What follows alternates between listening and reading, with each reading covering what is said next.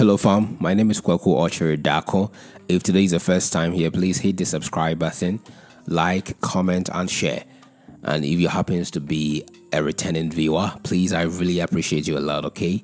Now, it's good to have you here once again. Well, today I'm talking about Muammar Gaddafi.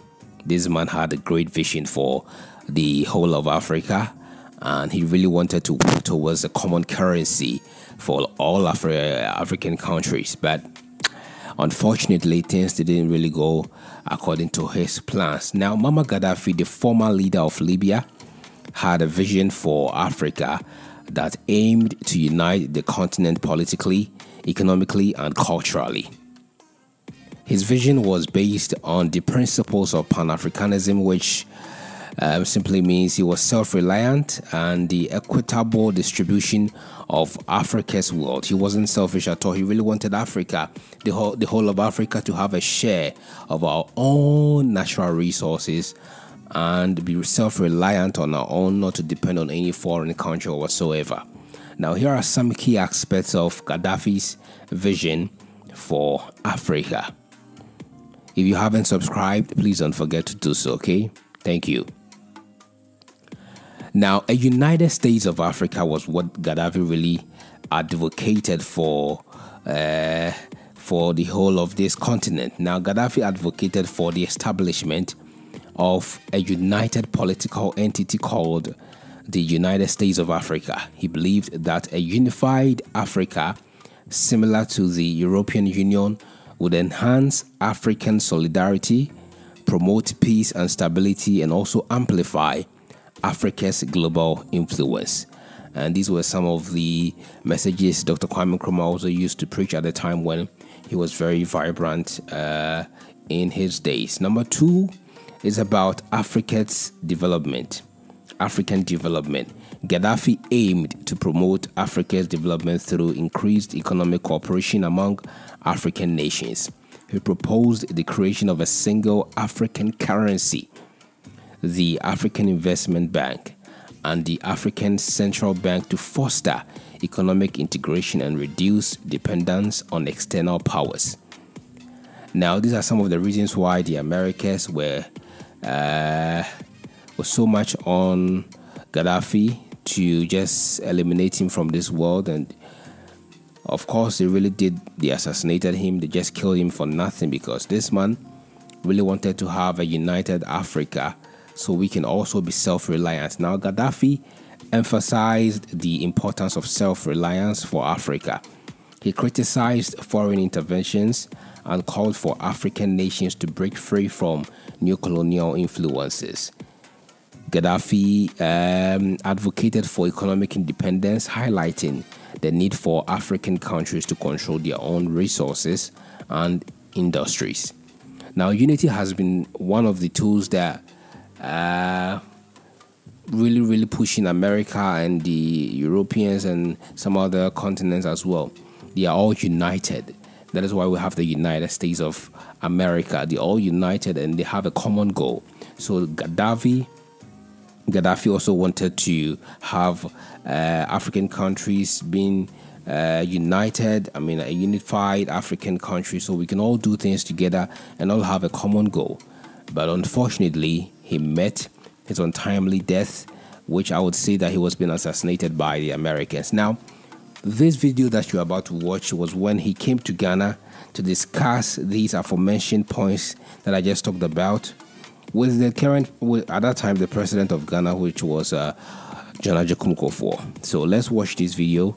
Let me have your comment. What do you think that these current African leaders should do to continue the legacy of Dr. Kwame Nkrumah and continue the legacy of Gaddafi? Let me have your comment in the comment section. Kindly watch this video.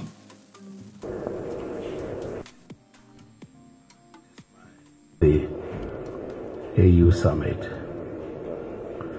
President Brother Gaddafi traveled, as you all know, through various countries within the continent to arrive here in Accra. We are pleased to have him here. It will be my singular honor and pleasure to request him to take the floor.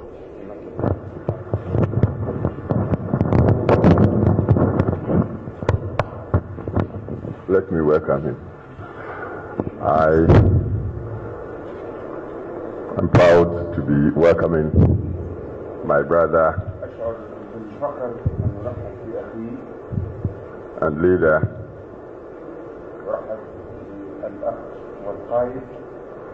of the Al-Fatah revolution of Libya. We've been expecting him. And when I heard he was driving all the way across the desert to Accra,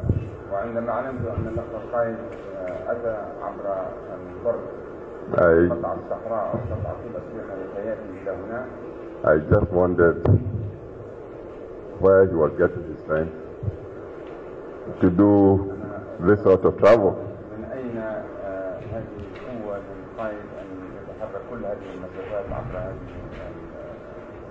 But here he is, and we are very happy to be receiving him.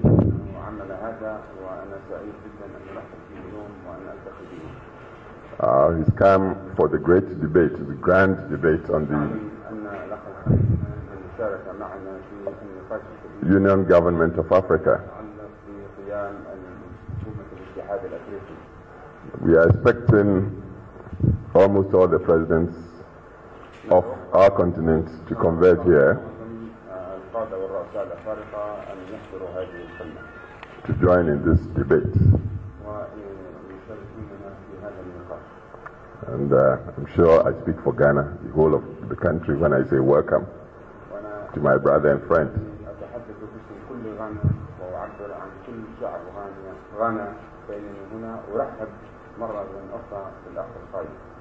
So welcome.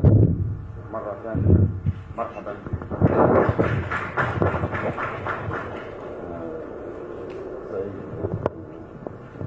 am also very happy to be here in Ghana today.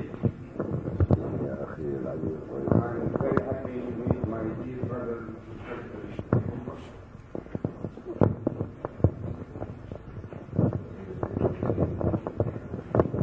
I know that I've been here twice to Ghana.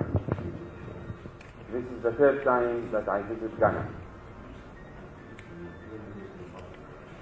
And on these two occasions that I visited Ghana, I came by road.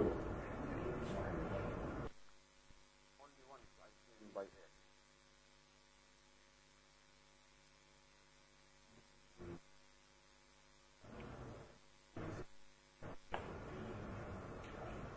Of course, I am very happy and delighted every time that I cross the country, seeing my brothers, the Ghanaian people. You know, Your Excellency, that I slept the night over in Kumasi twice, actually.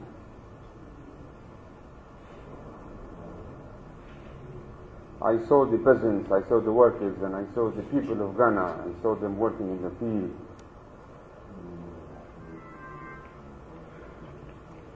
And every time I see the food sellers, they give me fruit, grapes, without taking money from me.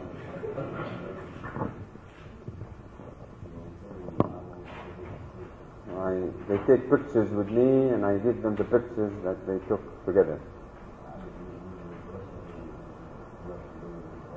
And I find out that a number of them still remember and recall the first time that I was here.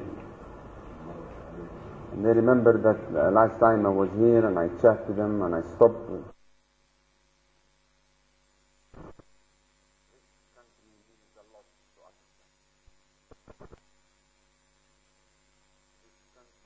Is the country of the hero of the African continent, Kwame Nkrumah, the hero of the African unity.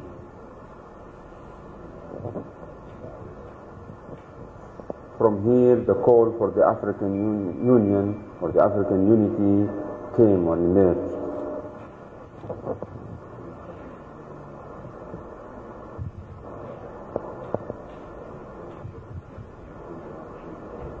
Had we been a strong continent like the European continent,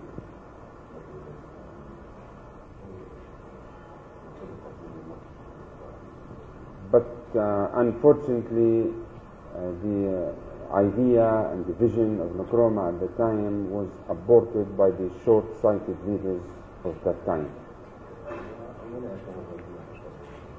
And also, unfortunately, we had traitors and stooges then. Colonialism does not want unity for Africa, does not want strength and power for Africa.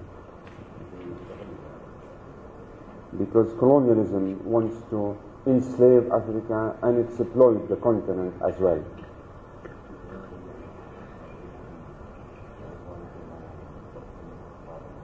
Now we have wasted 40 years. Today we are divided. We are a continent that is backward and divided. A continent that is suffering from ailment, suffering from poverty, because ever since that date we have not been united. Now we should make up for the past, and we should learn the lesson. We should learn from the lesson over the past 40 years.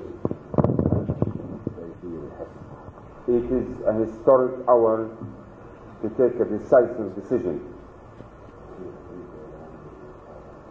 The destiny and the future of Africa is at a juncture.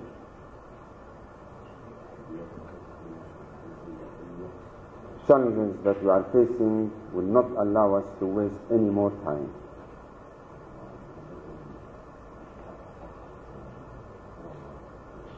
The cry of Nkrumah should be realized now, namely the realization of the real African unity, where we have one African government, one African identity, one African army, one African currency. Then and only then we shall be like the United States of America or Europe or China. Thank you, Mr. President.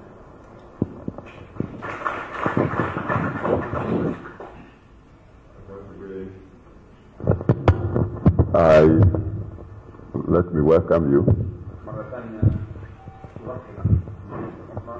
And as I say, we are expecting all our other brothers and sisters presidents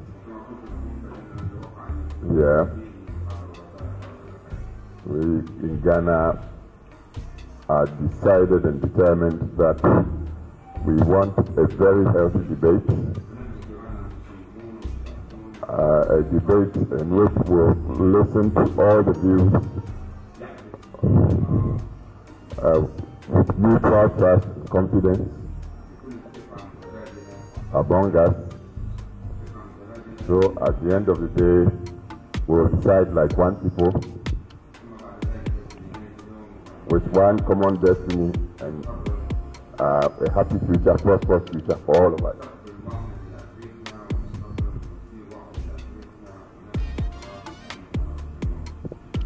So welcome, my brother.